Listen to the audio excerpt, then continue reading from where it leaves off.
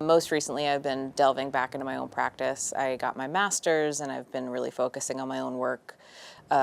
So I think of myself as a utilitarian object maker in a lot of ways.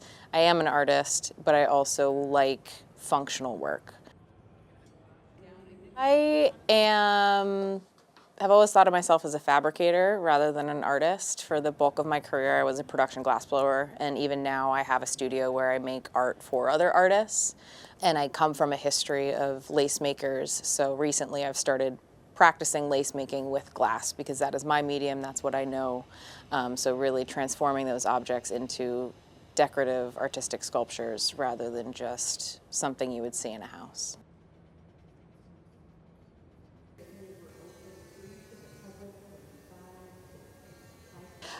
So my grandmother, my great-grandmother all made crocheted doilies.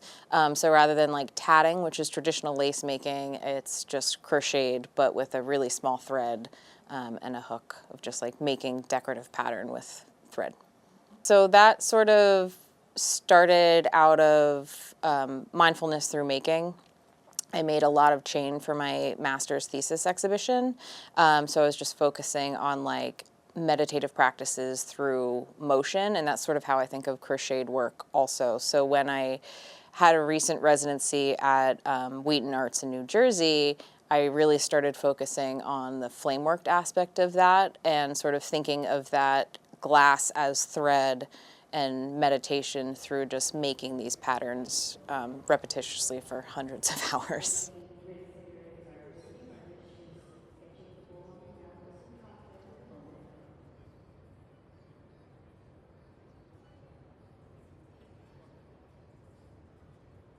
That we're using is Duro, so it's a super stiff white. It holds its line. If we were to use a different white, then that line would blur out or fade. So we're using Marco Blanco Duro in order to keep that line really crisp. And we're definitely learning a lot. It's a very stiff color. The clear is very soft, the white is very stiff. So just figuring out how to make more decorative patterning rather than just pulling lines with Marco Blanco and actually blowing it is kind of been a wild process, but luckily I have this team here to rely on their expertise.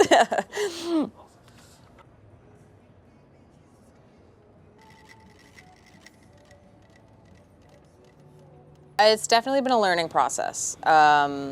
And I think for all of us too, I know Gavis said that they don't do a lot of Duro, aside from like the traditional sort of like cane, filigrana, or like granulare. I mean, I think as a glassmaker, it's sort of like this residency and the Corning residency are sort of seen as like pinnacle residencies in a lot of ways, especially with this one because you get the whole hot shop team, you get to blow glass in the cone. It's sort of, it's very iconic. And I honestly didn't think I had a shot. I just sort of was like, I'm applying to residencies and this is one I want, so I'm gonna shoot my shot. I have a plan for it, and this is what I want. And I got it, so almost fainted, but I'm very, still having a little bit of imposter syndrome, but I feel very confident down there with the work and what's happening. All right, hello everyone. Welcome to Museum of Glass. My name is Jabari Owens Bailey. I'm a curatorial education program manager here at Museum of Glass. And today we are going to have a artist talk by Danielle Brensinger, who submitted a project to our competitive pool of 2026 visiting artists.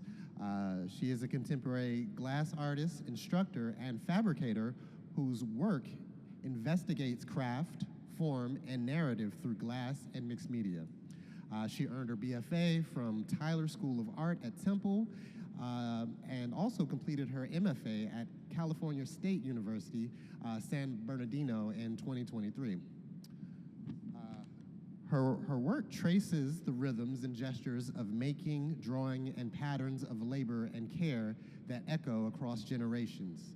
Through glass, she explores repetition, variation, and the subtle language of process, revealing the connections between material, maker, and memory. Based in Los Angeles, she co-runs Second Best Studio, producing work for artists and designers while advancing her own personal studio practice. We feel very fortunate today to have her to be able to talk about her practice. So without further ado, Danielle Brensinger. Hi, thank you. Very grateful to be here, very grateful to be chosen for this residency. This is me on my first birthday, obviously enjoying the cake that I'm eating.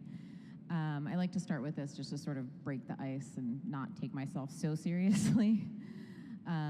But I started blowing glass in an undergrad in Tyler School of Art, and then I immediately went to glassblowing production. So this is not my work, but this is work that I have made for other people. And I like to start with this because, much like the people who are on this floor regularly, I am a fabricator for other people. So this is just some of the work and some of the people that I have worked for over the years. And then in late 2019, I moved to LA to pursue my master's. And this is my current studio that I have with my partner. It's called Second Best Studio in Los Angeles. We have everything in-house but a hot shop. So we fabricate a lot of kiln cast glass, a lot of flame worked. My flame working station is in the upper left there with 3 dog beds for 1 dog. We have a full cold shop, a bunch of kilns, mold making studio, and some wood and metal fabrication for when we need it. This is some of the work that I currently make for other artists. I work for an artist called Max Hooper Schneider, and I make a lot of these flame-worked mushrooms. This is currently I do a lot of flame working, working for him. We also cast these uranium doughboys for him that get turned into these terrariums.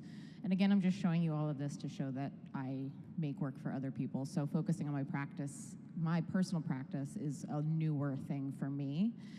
This is also another artist that I work for, Kelly Akashi. These smaller spheres that are where they started, and then we went larger to about 23 inches. That these are all flame worked 3mm glass. Another one. Myself, I've always thought of myself as a utilitarian object maker. I really like making functional ware. So I make a lot of nesting bowls and houseware, and I think that really started out of working for other designers and focusing on the lighting industry when I lived in New York. So I really like making practical objects. These are some of my earlier works that are about 14 inches tall, these moonshine jugs, and sort of mixing that with traditional cut crystal. Really thinking about my Nana and Pop-Up having moonshine jugs in the basement and what was on display in terms of like cut crystal. So thinking of the differences there versus what's taboo and what's not. And then I really started exploring decoration a lot more. This is a 15-inch hinged filigree egg, all flame worked, all glass. So I really started experimenting with pattern and delicacy and sinking an absurd amount of time into the objects that I make. In 2020, I started my master's degree, and this is one of the first pieces that I started working with. I was really focusing on tension and sort of making people uncomfortable with my work. So focusing on bodily works and also tension. This is hanging about 10 feet from the ceiling in these 4mm flame-worked spheres that branch towards this pendulum. And California is known for earthquakes. So this made the gallery operator very nervous in the event that there was an earthquake and the pendulum would slam into the glass, but that's just part of it for me. In the program that I went to is a 3-year program. The summer before my 3rd year, before my thesis, I got COVID for the first and only time.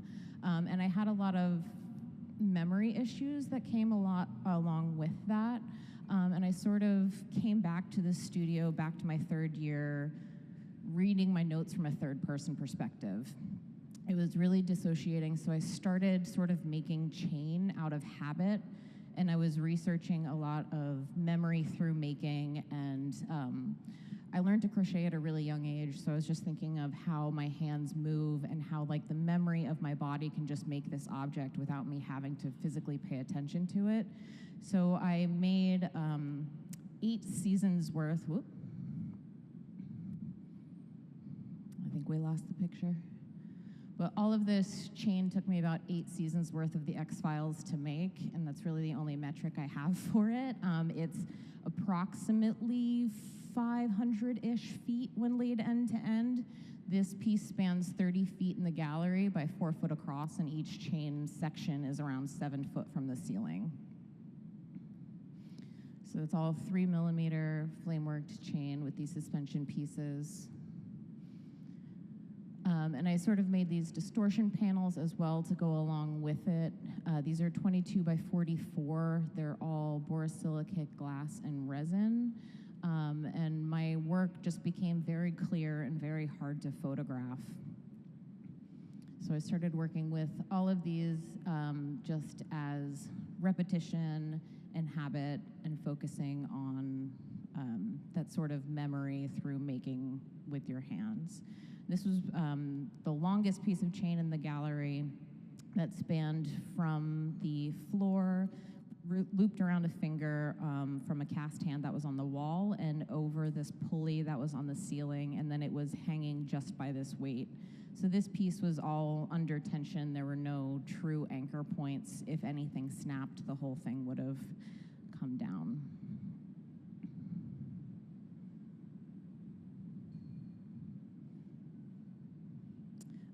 And obviously I don't have a 40-foot gallery space to mock some work up, so I use CAD programs a lot to mock up some work in proposal for other galleries, and then rendering them a little bit for the gallery so they can see a little bit more of what they're expecting. And that led to this 15-foot by 23-inch diameter column that I had in a show in LA. So still working with chain, still working with all of this repetition, still spending hundreds of hours just sitting at a flame working torch. And then last year I had the Pilchuck School. I got their emerging artist residency, so I spent 6 weeks focusing on sort of the memory of touch and still working with memory and nostalgia, focusing on making these molds that I then cast in glass. So thinking of the way that you interact with water and how to freeze that moment of touch and hold that object in a precious way versus just trying to lock in that memory. A few more of those. And then I really started my doily work also last year. I had the fellowship at WheatonArts in New Jersey. So I spent 6 weeks with a teeny tiny torch just drawing these patterns. And I was also at home a lot because I'm from the East Coast. I'm from Pennsylvania. So I was just walking around my grandma's house and my mom's house, looking at all of these pieces that were made either by my grandmother or my great-grandmother. We're not even really sure who made them. But we just have these boxes, and they're almost covering every surface in all of these houses. So I really just started thinking about pattern, and again, that memory of stitching like I would with chain making. So I started sort of stitching glass together in these doily patterns, and focusing on that, replicating these patterns in the way that I know how with glass. And again, making it very difficult to see because I like clear glass a lot. So it makes it a little bit more difficult. But then I started taking these objects. These are all borosilicate, so they're closer to a Pyrex glass in general. But then I started slumping them over other forms to get that ghost image or memory of the touch of the object rather than just having a flat panel. My grandmother's version and my version. And then slumping that over plaster forms to get the memory of the touch when that object is sort of on its own.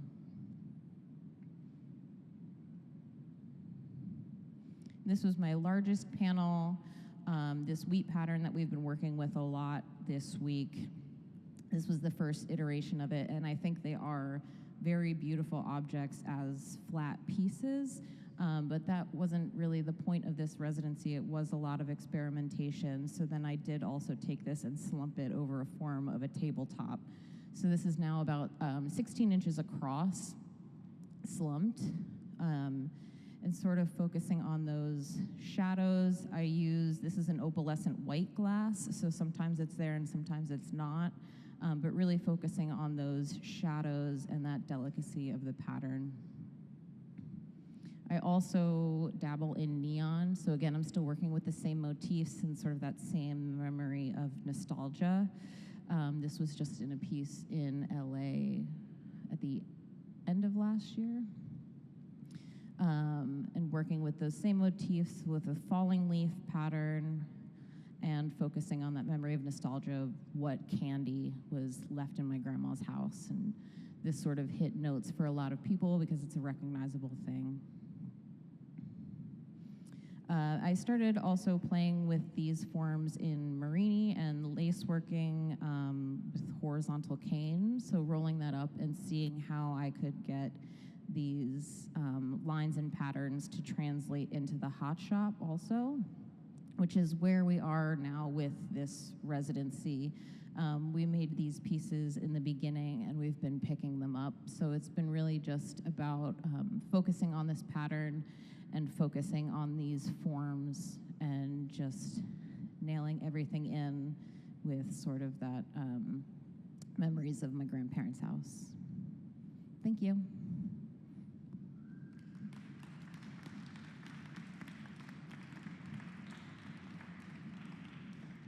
Am I supposed to ask for questions?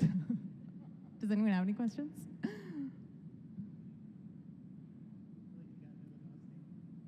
My dog's name is Ripley. She's a 5-year-old Staffy Pitmix.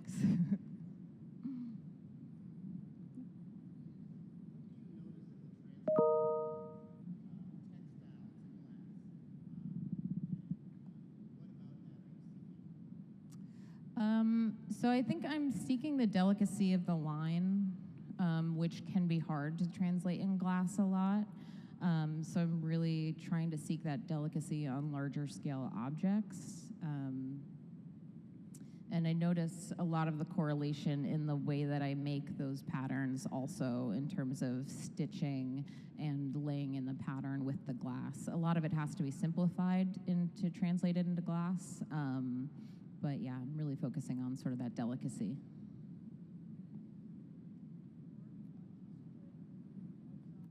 My work is not on display yet. As part of this residency, they collect a piece, so one of my pieces from this residency will be in the new wing of the museum.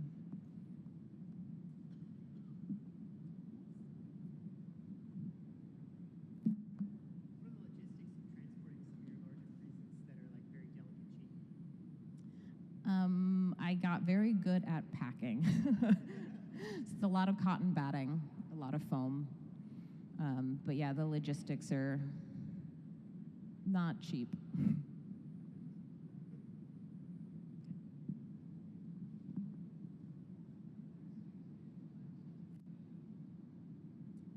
Ooh, good question. So the question was, what attracts me to glass? And it's hard. It's a real pain sometimes, and I think that was my initial attraction to it, that it's hard and I want to be good at this thing.